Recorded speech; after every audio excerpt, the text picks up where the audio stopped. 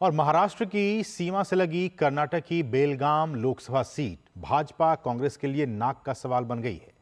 बेलगाम से भाजपा के जगदीश शेट्टार चुनावी मैदान में है तो कांग्रेस से मृणाल हेब्बलकर किस्मत आजमा रहे हैं।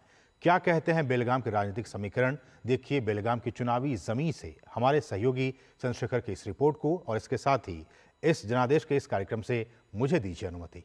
नमस्कार।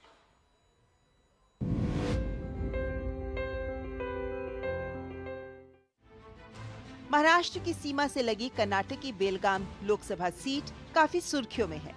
कर्नाटक की बेलगाम लोकसभा क्षेत्र राज्य की महत्वपूर्ण सीटों में से एक है। फिलहाल इस सीट पर 2004 के लोकसभा चुनाव से भारतीय जनता पार्टी का परचम लहरा रहा है।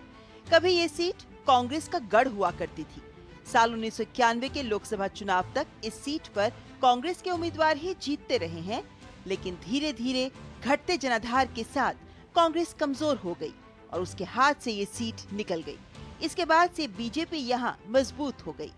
बेलगाम लोकसभा सीट के अंतर्गत करीब 22,19,000 आबादी रहती है। इस पर कुल 15,81,000 मतदाता हैं, जिसमें 8,70,000 पुरुष और 7,70,000 महिला मतदाता शामिल हैं। इस क्षेत्र की लगभग 59% आबादी शहरी क्षेत्र में रहती है, जबकि 41% आबादी ग्रामीण क्षेत्र में रहती है। जातीय समीकरण देखें तो यहाँ एससी आबादी 9.74% है और एसटी समुदाय की आबादी 7.03%।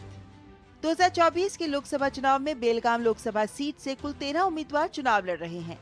बीजेपी ने जगदीश शेट्टार को बेलगाम लोकसभा उम्मीदवार बनाया है।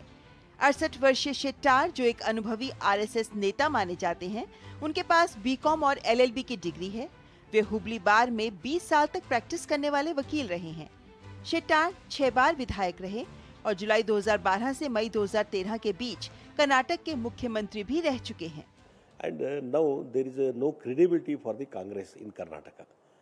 Corruption is going on, law and order maintenance is not very weak. So people's confidence in Congress government is almost coming down. So here also in Belgavi, there is no credibility for the Congress party in the Belgavi district. And I think who are the contesting, but here BJP is strong, our workers are strong, our leaders are strong.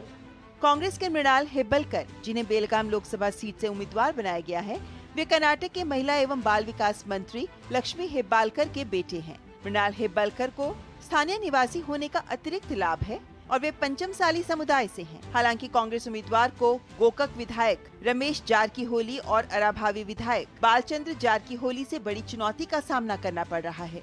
केंद्र सरकार की जो योजना जो आते, हर एक सांसद के क्षेत्र में जो आते, उनका प्रॉपर इम्प्लीमेंटेशन होना चाहिए। और दूसरी बात तो हम बेलगाम के रहवासी जो भी है, हम लोग बहुत लकी है, क्योंकि हमारा बेलगाम का वेदर हो, हमारा यहाँ का जो सबसे फेमस हो, यहाँ का फाउंड्री हो, यहाँ का टूरिज्म हो, यहाँ का वेस्टर्न घाट का जो फॉरेस्ट एरिया है।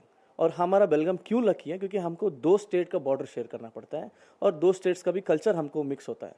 तो इस हिसाब से अगर आप देखेंगे तो बेलगाम के लिए जो भी चाहिए वो यहाँ का पल्स मैं जानता हूँ, यहाँ का पल्स के हिसाब से काम करना मुझे बेहतर आता है, मैं बता दूँ। इस लोकसभा सीट के इतिहास की बात करें तो इस सीट पर पहला चुनाव 1957 में हुआ था। इस सीट से सबसे पहले कांग्रेस के बलवंत राव दातार सांसद बने। 1962 में बलवंत राव दातार दोबारा संसद पहुंचे। 1963 में कांग्रेस से हेमानंद कौजलगी ने जीत दर्ज की। 1967 में कांग्रेस ने एनएम नबी साहब पर भरोसा जताया और वे जीत कर लोकसभा पहुंचे।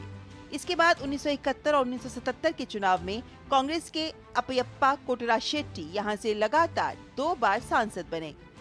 फिर 1980, 84, 89 और 1991 में कांग्रेस के षणमुखप्पा सिडनाल लगातार 4 बार सांसद बने। 1996 में कांग्रेस के गढ़ में जनता दल के शिवानंद कौजलगी ने सेंध लगा दी और सांसद बन गए। इसके बाद 1998 में बाबा गौड़ा पाटिल भाजपा के टिकट पर लोकसभा पहुंचे, लेकिन 1 साल बाद ही 1999 के लोकसभा चुनाव में अमर सिंह पाटिल ने जीत दर्ज की और कांग्रेस ने वापसी की। लेकिन 2004 के चुनाव में भाजपा ने कांग्रेस से इस सीट को छीन लिया और सुरेश अंगड़ी सांसद चुने गए। फिर 2009, 2014 और 2019 के चुनाव में सुरेश अंगड़ी ने लगातार जीत दर्ज की। 2021 के उपचुनाव में मंगला अंगड़ी यहां से सांसद चुने गए। बेलगावी सीट में मुकाबला बेहद दिलचस्प है, जहां एक और कांग्रेस के मृणाल हेबालकर नए दौर के कर्नाटका का एक विजन लेकर सामने चल रहे हैं। वहीं दूसरी तरफ जगदीश शेट्टार जो कि बीजेपी के टिकट से सामने हैं, वो भी अपने पूरे कार्यकाल के साथ साथ केंद्र में बीजेपी सरकार की उपलब्धियों को भी गिना रहे हैं। कैमरामैन शिव सुमन के साथ चंद्रशेखर, डीडी न्यूज, बेलगावी।